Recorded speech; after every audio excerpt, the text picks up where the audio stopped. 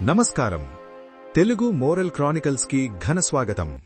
ప్రకృతి తన పచ్చని చీరకట్టును సవరించుకుంటున్నట్లుగా ఉండే అందమైన పల్లెటూరు హరితపురం. తూర్పు కొండల చాటున సూర్యుడు ఇంకా పూర్తిగా నిద్రలేవక ముందే గోదావరి నది గలగలా పారే శబ్దం ఆ ఊరికి మేలుకొలుపు పాడుతుంది. చెట్ల ఆకులమీద రాత్రి కురిసిన మంచుబిందువులు ముత్యాల్లా మెరుస్తుండగా పక్షుల కిలకిలరావాలు, గుడిలోని సుప్రభాతం ఊరి నిశ్శబ్దాన్ని ఛేదిస్తూ ఉంటాయి. ఊరి పులిమేరలో ఉన్న మర్రిచెట్టు కింద కూర్చుంటే చాలు, ప్రపంచంలోని బాధలన్నీ మరిచిపోయేంత ప్రశాంతత ఆ హరితపురం సొంతం. ఆ ఊరి మట్టివాసనలో, మనుషుల పలకరింపులో ఎంతో స్వచ్ఛత ఉంటుంది. అటువంటి అందమైన ఊరిలో ఇద్దరు ప్రాణ స్నేహితులుండేవారు. వారి పేర్లు సూరి, రాము.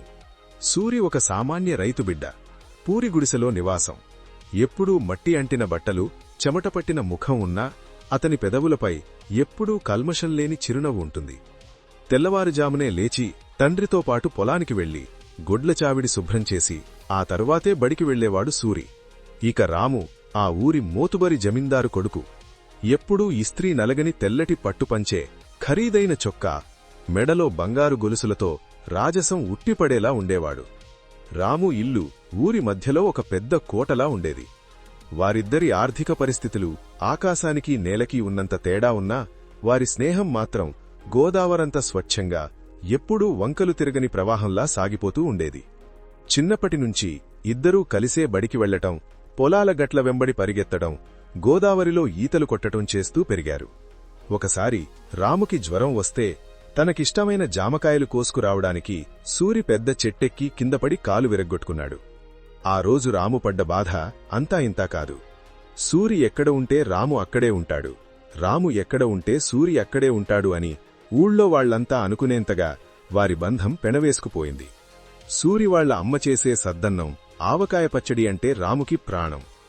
ఇంట్లో ఉన్న పంచభక్ష్య పరమాన్నాలు వదిలేసి మరీ సూరి ఇంటికి వచ్చి వాడికంచల్లోనే తినేవాడు రాము. ఆ ఇద్దరి స్నేహం చూసి ఊరి జనం మురిసిపోయేవారు. కాలం ఎప్పుడూ ఒకేలా ఉండదు కదా. రోజులు గడిచే కొద్దే వయస్సుతో పాటు వారి జీవితాల్లో అనుకోని మార్పులు వచ్చాయి. రాము తండ్రి అకస్మాత్తుగా గుండెపోటుతో మరణించాడు. ఆ సంఘటనతో రాము కుటుంబం పెద్ద దిక్కులు కోల్పోయింది.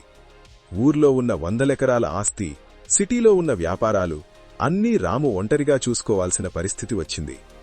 ఆ వయసులో రాము పడ్డ మానసిక క్షోభకు సూరి ఒక నీడలా తోడున్నాడు. రాముకి ధైర్యం చెబుతూ, వాడి కన్నీళ్లు తుడుస్తూ పగలు రాత్రి వెన్నంటే ఉన్నాడు. కాని ఆ ఆస్తిపాస్తుల బాధ్యత రాముని క్రమక్రమంగా మార్చేసింది. వ్యాపారాలు, లావాదేవీలతో రాము ఎప్పుడూ బిజీగా మారిపోయాడు. సిటీకి వెళ్లడం, కొత్త కొత్త మనుషులను కలవడం మొదలుపెట్టాడు. మరోవైపు సూరి తనకున్న 2 ఎకరాల పొలంలోనే పగలు రాత్రి కష్టపడుతూ వచ్చే ఆ కాస్త ఆదాయంతోనే కుటుంబాన్ని పోషించుకుంటూ సంతృప్తిగా జీవిస్తున్నాడు. ఆస్తులు, డబ్బు, పరపతి పెరిగే కొద్దీ రాము చుట్టూ కొత్త మనుషులు చేరారు. రమేష్, సుబ్బారావు అనే ఇద్దరు సిటీ వ్యాపారవేత్తలు రాముకి దగ్గరయ్యారు. వాళ్లు ఎప్పుడూ రాముని అయ్యా దొరగారు, మీరే ఊరికి రాజు అంటూ పొగడ్తలతో ముంచెత్తేవారు. ఆ పొగడ్తల మత్తులో ఆడంబరాల ప్రపంచంలో పడిపోయిన రాము నెమ్మదిగా తన గతాన్ని, తన ప్రాణ స్నేహితుడైన సూరిని దూరం పెట్టడం మొదలుపెట్టాడు. సూరి ఎప్పుడైనా రాము ఇంటికి వెళితే, బాబుగారు మీటింగ్లో ఉన్నారు, తరువాత రా అని పనివాళ్లు చెప్పి పంపించేవారు. అయినా సూరి ఏమాత్రం కోపపడకుండా, నా స్నేహితుడు పెద్దవాడయ్యాడు, వాడికి పనులుంటాయిలే అని తన మనసును సముదాయించుకునేవాడు. కాని లోపల మాత్రం తన స్నేహితుడు తనతో పాత రోజులలాగా గడపట్లేదని చిన్న బాధ ఉండేది. ఒకనాడు హరితపురం ఊరిలో శ్రీరామనవమి జాతర ఘనంగా జరుగుతోంది. ఊరంతా పండుగ వాతావరణం నెలకొంది.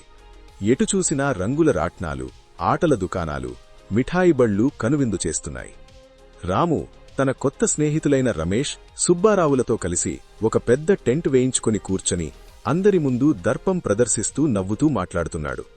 అటుగా వచ్చిన సూరి చాలా రోజుల తర్వాత రాము కనిపించగానే ఎంతో సంతోషపడ్డాడు. తన చేతిలో రాముకి ఎంతో ఇష్టమైన తాటికల్లు, పొలంలో పండిన తాజా జామకాయలు తీసుకుని ఆప్యాయంగా పలకరించడానికి టెంటులోకి వెళ్లాడు.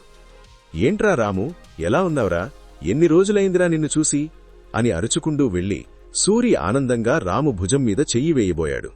కాని రాము పక్కనమున్న సుబ్బారావు సూరి వేసుకున్న చిరిగిన చొక్కాను, మురికిపట్టిన చేతులను చూసి అసహ్యించుకుంటూ, ఎవర్రా రాము ఇతను, ఎంత కంపు కొడుతున్నాడో చూడు. నీ స్థాయేంటి, వాడి స్థాయేంటి? ఇలాంటి దరిద్రులను కూడా పక్కన పెట్టుకుంటావా? అయినా జమీందారుగారైన నీ భుజం మీద చెయ్యి వేసేంత ధైర్యం వీడికెక్కడిది అని అందరి ముందు దారుణంగా వెక్కిరించాడు. ఆ మాటలు విన్న రాము కనీసం సూరిని వెనకేసుకొని రాలేదు. పైగా, అవును సూరి, నేనిప్పుడు పాత రాముని కాదు, వ్యాపారాలు చూసుకుంటున్నాను. నాకంటూ ఒక స్థాయి ఉంది. ఇలా అందరి ముందు పలకరిస్తే నా పరువు పోతుంది. ఏమైనా అవసరం ఉంటే పనివాళ్లనడుగు, ఇస్తారు. ఇలా ఇక్కడికి రాకు అని సూటిపోటి మాటలన్నాడు. ఆ మాటలు సూరి గుండెల్లో ఈటెల్లా దిగాయి. పిడుగుపట్టినట్లుగా అక్కడే నిలబడిపోయాడు. తన ప్రాణమిత్రుడు తనని పరాయివాడిలా చూడటం, తన దారిద్ర్యాన్ని చూసి సిగ్గుపడటం, తన స్నేహాన్ని అవమానించటం సూరి తట్టుకోలేకపోయాడు. చేతిలో ఉన్న జామకాయలు కింద పడిపోయాయి. కళ్లలో నీళ్లు తిరుగుతున్నా తన స్నేహితుడి పరువు పోకూడదని ఒక్క మాటా కూడా అనకుండా తన కన్నీళ్లను తుడుచుకుంటూ అక్కడి నుంచి మౌనంగా నడుచుకుంటూ వెళ్లిపోయాడు. సూరి వెళ్లిపోతున్నా రాము కనీసం వెనక్కి పిలవలేదు. తన నకిలీ స్నేహితులతో కలిసి నవ్వుల్లో మునిగిపోయాడు. ఆ సంఘటన తర్వాత సూరి ఎప్పుడూ రాముకి ఎదురుపడలేదు. రాము కూడా తన వ్యాపారాలు, సిటీ క్లబ్బులు, ఆడంబరాలలో పడి సూరి గురించి పూర్తిగా మరిచిపోయాడు. అలా 2 ఏళ్లు గడిచిపోయాయి. కాలం ఎవ్వరికోసం ఆగిపోదు. అలాగని ఎప్పుడూ ఒకేలా పూలపాన్పులా ఉండదు. అహంకారం తలకెక్కిన రాముకి అనుకోని ఆపద ఎదురైంది. తన చుట్టూ ఉన్న ఆ నకిలీ స్నేహితులు రమేష్, సుబ్బారావులే పకడ్బందీగా పథకం పన్ని రాముని మోసం చేశారు. సిటీలో ఒక పెద్ద ఫ్యాక్టరీ కడతామని నమ్మించి రాము చేత ఖాళీ పత్రాలపై సంతకాలు చేయించుకున్నారు. ఆ పత్రాలను అడ్డం పెట్టుకుని ఊళ్ళో ఉన్న భూములను, సిటీలో ఉన్న ఆస్తులను మొత్తం తమ పేరు మీదకు మార్చుకున్నారు. బ్యాంకుల నుండి రాము పేరు మీద కోట్లలో అప్పులు తీసుకుని రాత్రికి రాత్రే ఇద్దరూ విదేశాలకు పారిపోయారు. ఒక్కసారిగా భూకంపం వచ్చినట్లు రాము ప్రపంచం తలకిందులైంది. ఒకే ఒక్క రాత్రిలో ఆ ఊరి మోతుబరి భూస్వామి అయిన రాము నిలువ నీడలేని అనాథగా మారిపోయాడు. మరుసటి రోజు ఉదయానికే బ్యాంక్ అధికారులు వచ్చి రాము ఇంటికి తాళం వేశారు. కోట్లలో అప్పులు చుట్టుముట్టాయి. నిన్నటిదాకా జమీందారుగారు అని దండాలు పెట్టిన వాళ్లే మా డబ్బులు ఎప్పుడిస్తావురా అంటూ గల్లా పట్టుకుని వీధిలోకి లాగారు. రాముకి ఏం జరుగుతుందో అర్థం కాలేదు. తన చుట్టూ ఉన్న ఆత్మీయులు అనుకున్న వాళ్లందరి దగ్గరికి సహాయం కోసం వెళ్లాడు. బంధువుల ఇళ్ల చుట్టూ తిరిగాడు. కాని వాళ్లు మొహం చాటేశారు. కనీసం ఇంట్లోకి కూడా రానివ్వలేదు. రాము ఒంటరివాడైపోయాడు. రోడ్డు మీద పిచ్చివాడిలా నడుస్తూ ఉండిపోయాడు. డబ్బున్నప్పుడు తనని ఆకాశానికి ఎత్తినవాళ్లే ఇప్పుడు రోడ్డు మీద అడుక్కునేవాడిలా చూస్తుంటే అతని మనసు ముక్కలైంది. అవమానభారం, నమ్మకద్రోహం అతని ఆలోచనలను స్తంభింపజేశాయి. తను ఎవరినైతే తక్కువ చేసి మాట్లాడాడో ఆ సూరి గుర్తుకొచ్చాడు. అరెర్రే, ఎంత తప్పు చేశాను! నా ప్రాణంగా నన్ను ప్రేమించిన సూరిని కాదని డబ్బు కోసమే వచ్చినవాళ్లని నమ్మాను. నిజమైన బంగారాన్ని వదిలేసి నకిలీ రాళ్లను మెడలో వేసుకున్నాను. ఇప్పుడు నా దగ్గర ఏమీ లేదు. నా బతుకెందుకు అని కుమిలిపోయాడు. తన తప్పు తెలుసుకున్నాడు. కాని తిరిగి సరిదిద్దుకోలేని పరిస్థితి. బ్రతకడం కన్నా చావడమే మేలు అనుకున్నాడు. ఆ రోజు రాత్రి వాతావరణం భయంకరంగా మారిపోయింది. ఉరుములు, మెరుపులతో కూడిన భారీ వర్షం పడుతోంది. గోదావరి నది ఉధృతంగా ప్రవహిస్తోంది. రాము జీవితంలో కమ్ముకున్న చీకటికి ఆ వర్షం అద్దం పడుతోంది. ఎవ్వరికీ కనిపించకుండా తడిసిన బట్టలతో కన్నీరు మున్నీరుగా ఏడుస్తూ ఊరి చివర ఉన్న గోదావరి నదికట్టవైపు నడుచుకుంటూ వెళ్లాడు. నది ప్రవాహం భయపెడుతోంది. కాని రాము మనసులో ఉన్న భయం ముందు ఆ నది ప్రవాహం చిన్నదిగా అనిపించింది. నదిలో దూకి ప్రాణాలు తీసుకోవాలని నిర్ణయించుకున్నాడు. కళ్ళు మూసుకుని, నన్ను క్షమించు సూరి, నీకు ద్రోహం చేసిన పాపమే నన్ను వెంటాడి చంపుతోంది అని గట్టిగా అరుస్తూ నీటిలోకి దూకబోతున్న క్షణంలో వెనుక నుండి ఒక గట్టి చెయ్యి అతని భుజాన్ని పట్టుకుని వెనక్కి లాగింది. ఉలిక్కిపడి వెనక్కి తిరిగిన రాముకి అక్కడ వానలో తడుస్తూ ఆయాసపడుతూ నిలబడిన సూరి కనిపించాడు. జాతరలో జరిగిన అవమానం తర్వాత సూరి రాముతో మాట్లాడకపోయినా రాము కష్టాల్లో ఉన్నాడని తెలియగానే అతని గుండె తరుక్కుపోయింది. రాము ఎక్కడ అఘాయత్యం చేసుకుంటాడో అని ఊరంతా వెతుక్కుంటూ వచ్చి చివరకు నది ఒడ్డున వాణ్ణి ప్రాణాలతో చూసేసరికి సూరి కళ్లలో ఆనంద భాష్పాలు రాలాయి. సూరిని చూడగానే రాము గుండె బరువెక్కింది. ఏ మొహం పెట్టుకుని వీణ్ణి చూడాలి అని సిగ్గుతో తలదించుకున్నాడు. ఏంట్రా ఈ పిచ్చిపని, ప్రాణాలు తీసుకునే అంత పిరికివాడవా నువ్వు అని సూరి కోపంగా అరుస్తూనే ప్రేమతో రాముని గట్టిగా కౌగిలించుకున్నాడు. ఆ కౌగిలిలో రాము తన దుఃఖాన్నంతా కన్నీరుగా మార్చి చిన్న పిల్లాడిలా బోరున ఏడ్చాడు. నన్ను క్షమించురా సూరి. డబ్బు మత్తులో పడి నిజమైన స్నేహాన్ని మరిచిపోయాను. నన్ను వాడుకునేవాళ్లని నమ్మి నిన్ను దూరం చేసుకున్నాను. నీ మనసు గాయపరిచాను. ఇప్పుడంతా కోల్పోయి అనాథగా మిగిలాను. నా బతుకెందుకురా, నన్ను చావనివ్వు అని కుమిలిపోయాడు. తన తప్పు తెలుసుకున్నాడు, కాని తిరిగి సరిదిద్దుకోలేని పరిస్థితి. బ్రతకడం కన్నా చావడమే మేలు అనుకున్నాడు. అప్పుడు సూరి వాణ్ణి పైకి లేపి అతని భుజం తట్టి, ఒరే పిచ్చోడా, డబ్బు ఉంటేనే స్నేహం ఉంటుందా? నువ్వు నా ప్రాణమిత్రుడివిరా. డబ్బు పోతే మళ్లీ సంపాదించుకోవచ్చు, కాని ప్రాణం పోతే వస్తుందా? ఆస్తి పోతే పోయింది. నేనున్నాను కదా నీకు. నా 2 ఎకరాల పొలం అమ్మి నీ అప్పులు సగం తీరుస్తాను. నాకున్న చిన్న గుడిసెలో ఇద్దరం కలిసి బ్రతుకుదాం. ఇద్దరం కలిసి మళ్లీ కష్టపడదాం.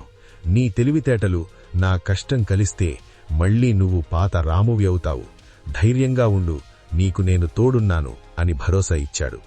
తన కష్టకాలంలో తను అంత ఘోరంగా అవమానించిన స్నేహితుడే దేవుడిలా వచ్చి తనకోసం తనకున్న సర్వస్వం త్యాగం చేయడానికి సిద్ధపడటం చూసి రాముకి స్నేహం విలువ, సూరి గొప్పతనం పూర్తిగా అర్థమైంది. తన బుద్ధిహీనతకు సిగ్గుపడ్డాడు. ఇద్దరూ కలిసి ఆ రాత్రి కురుస్తున్న వర్షంలోనే కొత్త జీవితానికి నాంది పలికారు. మరుసటి రోజు సూరి తన పొలం అమ్మి రాముకి ఉన్న అప్పుల్లో కొంత తీర్చాడు. మిగతా అప్పులకు వాళ్లే స్వయంగా వెళ్లి సమయం అడిగారు. రాము తన పాత అహంకారాన్ని వదిలేసి సూరితో కలిసి పొలం పనులకు వెళ్లడం మొదలుపెట్టాడు. రాత్రింబవళ్లూ చెమటోడ్చి కష్టపడి పనిచేశారు. రాముకి ఉన్న వ్యాపార అనుభవంతో ఊళ్లోనే ఒక చిన్న కుటీర పరిశ్రమను స్థానికంగా దొరికే ముడిసరుకుతో ప్రారంభించారు. ఇద్దరి కష్టం వృధా పోలేదు. కొన్నేళ్ల వ్యవధిలోనే వారి వ్యాపారం ఊపొందుకుంది. కోల్పోయిన ఆస్తిపాస్తులన్నింటినీ, తన పాత ఇంటిని తిరిగి సంపాదించాడు రాము. కాని ఈసారి అతను ఒంటరివాడు కాదు. అతని పక్కన ఎప్పుడూ తన ప్రాణదాత, ప్రాణమిత్రుడు సూరి ఉన్నాడు. అహంకారం లేని రాముని, అతని మార్పుని చూసి ఊళ్ళో వాళ్లంతా సంతోషించారు. హరితపురం ఊళ్ళో వాళ్లందరికీ ఆ స్నేహితుల బంధం ఒక ఆదర్శంగా, ఒక కథగా నిలిచిపోయింది. ఈ కథ మనకొక గొప్ప నీతిని చెబుతోంది. నిజమైన స్నేహానికి కులం, మతం, అంతస్తు, హోదా ఏవీ అడ్డురావు. సిరిసంపదలు ఉన్నప్పుడు 100 మంది వెనకాల ఉండి పొగడవచ్చు. అవన్నీ మన డబ్బును చూసి వచ్చేవే. కాని మన దగ్గర ఏమీ లేకపోయినా కష్టకాలంలో మన కన్నీరు తుడవడానికి, ఆపదను పంచుకోవడానికి తోడుండేవాడే నిజమైన ప్రాణమిత్రుడు. డబ్బును చూసి వచ్చే స్నేహాలు నీటి బుడగలలాంటివి. అవి ఏ క్షణమైనా పగిలిపోవచ్చు, మనల్ని ముంచేయవచ్చు. కాని మనసుని, మంచితనాన్ని చూసి ఏర్పడే స్నేహం రాతిమీద చెక్కిన అక్షరంలాంటిది. అది ఎప్పటికీ చెరిగిపోదు. కష్టంలో ఆదుకునేవాడే నిజమైన స్నేహితుడు అనే మాట ఈ కథ ద్వారా మనకు స్పష్టంగా అర్థమవుతోంది. మరిన్ని వీడియోల కోసం తెలుగు మోరల్ క్రానికల్స్ ని సబ్స్క్రైబ్ చేసుకోండి, లైక్ చేయండి, బెల్ ఐకాన్ ప్రెస్ చేయండి.